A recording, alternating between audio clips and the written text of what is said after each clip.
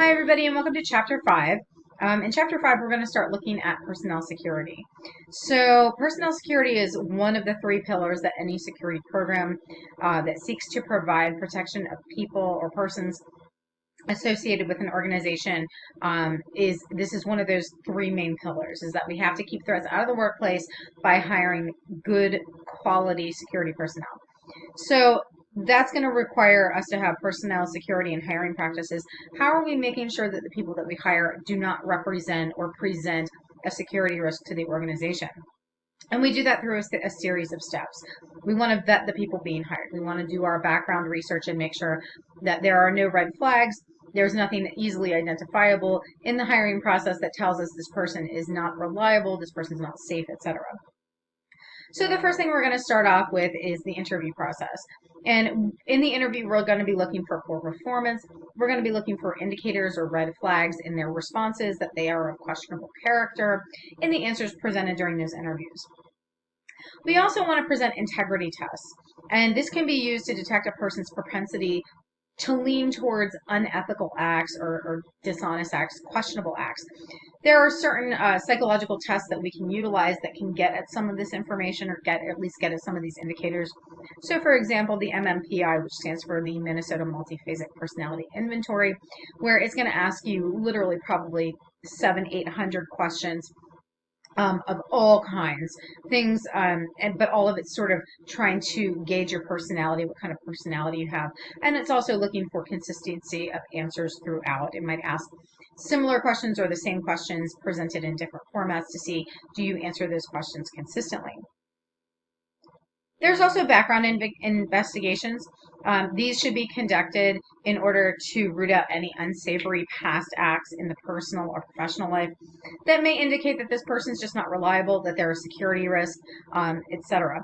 This usually is going to involve interviewing previous employers, previous colleagues, maybe neighbors, etc. There are criminal history checks, which we talked about in the last chapter. Again, we're going to evaluate that person's background to see if they have any prior arrests or if they have any prior convictions. Do they fall in the sex offender registry, things of that nature. A credit history is also one, and a lot of times people ask, well, why would you run credit? What's the point of that?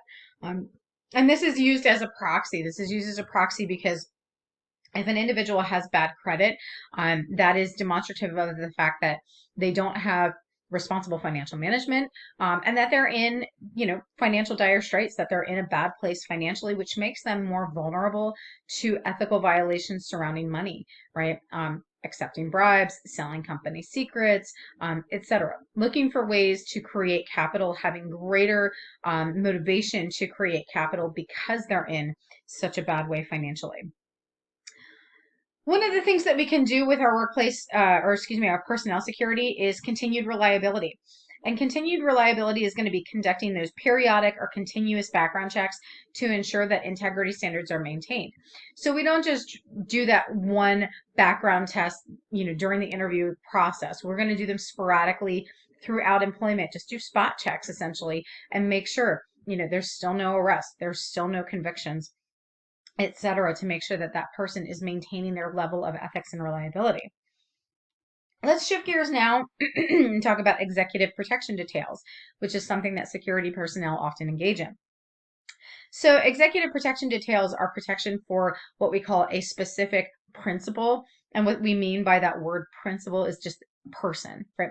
There's somebody that we're providing a protection detail to, somebody, and that can be from a politician to somebody who's famous, somebody who has a lot of wealth, somebody who has a lot of power, etc. And the whole point is to maintain the security, safety, and the health of that human asset. This a protection detail will often involve multiple individuals on the team that have a specific skill set, including things like threat-based risk analysis. So they're going to evaluate the environment, they're going to evaluate the principal, the person, where they're going, the environment of where they're going, what's going on with them socially, politically, etc. They're going to make a comprehensive analysis to say, okay, here's the level of risk, here are the vulnerabilities, here are where we need to provide the most protection. They're also going to provide surveillance and counter surveillance activities. And they're also going to be trained medically so that if there is an incident and security is breached and the principal or anybody on the detail is physically harmed, that they can provide immediate medical services and responses. And of course, finally, they're going to be trained in defensive tactics so that if there is any sort of attack or breach, that they can physically defend the principal. All executive protection begins with risk assessment, like I said, so identifying human threats, identifying health-related issues. How, is your principal healthy? Is there a health risk? Are they a diabetic? Do they have heart problems? These are all going to go into the risk assessment to determine how to manage the detail and how to prepare for potential threats. What are some political issues that could negatively impact that principal, etc. So protective operations, the final stage in the executive protection process, is going to coordinate that effort between protection and command staff in order to be able to monitor the principal's movements for protection. There's a lot of logistics that goes into this, especially with somebody who is constantly on the go, constantly going to different places, different locations, different environments, etc. And it's really important that command staff, have good coordinated effort and communication between the people who are on command staff and the people who are actually executing that protective detail. Post-analysis is an important step, and that's where all members of a protective detail team are going to debrief after any given event where there's, whether there's an incident or not. They're going to debrief. They're going to evaluate the security of the event. They're going to identify where there were strengths. We did a really good job over here locking this down or what have you. They're also going to identify weaknesses and say, hey, this spot over here, it didn't go wrong, but it really could have. Here's how we can target harden this and make sure it's not as vulnerable in the future. And they're going to revise that approach, and they're always looking to strengthen the protection detail. Let's shift gears now and talk about another really big area of security, and that's going to be workplace violence prevention. This is a huge issue, just in any sort of workplace, whether you're in the private or the public sector. Pretty much every workplace does at least annual training. Some do much more, training on violence prevention in the workplace. And these are just going to be programs that mitigate and prevent violence in the workplace, to include some of the following elements. So first are going to be managerial commitment and support. And this is that management has to recognize that workplace violence is a problem, and they have to be committed to maintaining training and actions to prevent that violence. If you don't have managerial support and they don't really take it seriously, then there's not going to be a big initiative about training and prevention. So you have to have that support in order to prevent workplace violence. Next is going to be the workplace safety analysis, and this is identifying vulnerabilities in the workplace that could allow for violence and creating a physical security program. There's a lot of ways to do this. This is, in a nutshell, this is target hardening. This is looking at the environment and saying, hey, we're somebody to come in here to do a mass shooting or to do, what have you. How can we make it harder for them to do that? Let's look at the physical environment. Well, the front door is made entirely of glass. That would be pretty easy to breach, even if we lock the front door or we try to lock the building down. Maybe we ought to replace that glass door with some other alternative. So that's going to be your physical security analysis and program. Prevention and control. Sort of what I was just talking about with that glass door. That's going to be instituting the engineering controls that separate workers from the workplace dangers. So things like adding panic alarms, locking doors. I mean, it sounds just, so commonsensical, but a lot of workplaces didn't have locked doors until about the past decade or so, just simply locking the doors, making it harder to get in there.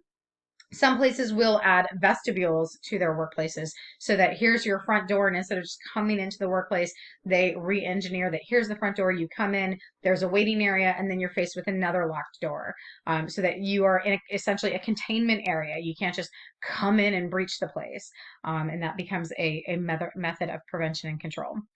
There are also administrative controls, and these are going to be policies and procedures that promote safe workplace practices. So things that, they want to manage and prevent things like stress, drug and alcohol problems. They want to introduce conflict management because there is conflict in the workplace and we don't want it to escalate. We want it to de-escalate. Conflict management, harassment policies about weapons in the workplace. Also instituting early warning signals, right? Training systems, training people on what some of those early red flags are, that, this is the kind of behavior we see out of people before we see a big, a workplace violence event. So if you see these, you need to report them, so that we can properly, address those issues and de-escalate workplace violence before it ever starts. Also instituting safe work practices. So instituting those practices that combat potential workplace violence, such as mandatory reporting of all incidents of aggression. So that if you have an incident with a coworker and they are verbally aggressive, they are physically aggressive, something out of the norm, that it doesn't just get ignored. It doesn't just get, we don't just move on from it. You make note of it to somebody, and maybe not even just a colleague, but like your superior or human resources, so that they can make note of it, so that they can identify if there's a pattern of behavior and if it's a pattern of behavior that's escalating. Also, things like identifying threats in the workplace and establishing working relationships with local police, so that if there is an incident in your workplace, the local police are familiar with who to contact, what's going on in the workplace, have they had issues with this person in the past, and just so that it's on their radar so that they can have a really good response. Training is really important. So all employees should be trained in workplace violence recognition, on policies of mandatory reporting, and in workplace violence response. That if there is an incident, if there's a mass shooting incident, or if there's some kind of physical violence in the workplace, that there should be a plan and people should know what it is. They should have a plan of response that they're trained upon, so that they don't have to sit and wonder or sort of get caught deer in the headlights. They immediately know what to do because they get trained on it annually. And finally, if there is an incident, conducting a post-incident response, and providing victim support. Both of those need to be in place after the fact, so that you can see what went wrong, where the vulnerabilities were, so that you can target harden, you can strengthen up those vulnerabilities. And certainly there needs to be resources to assist staff in coping. And then, of course, investigation overall of the incident, again, to prevent future incidents.